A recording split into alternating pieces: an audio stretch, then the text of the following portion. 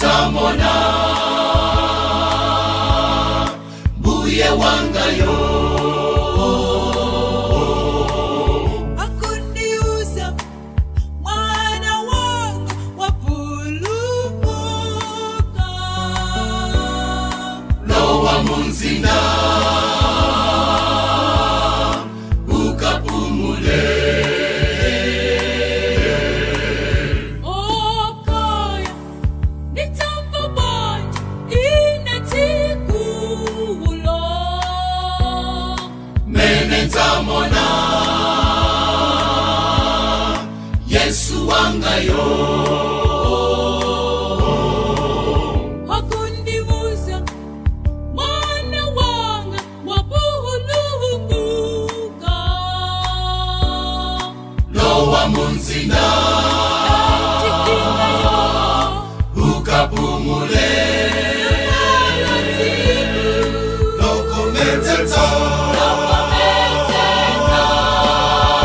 tabwera tikulina atatichota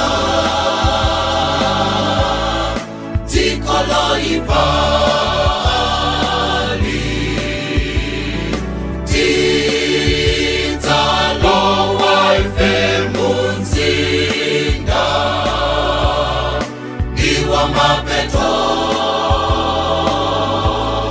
azovuta zonse okaya nitambo banje inetikulo mene tamona Yesu wangayo akundiuza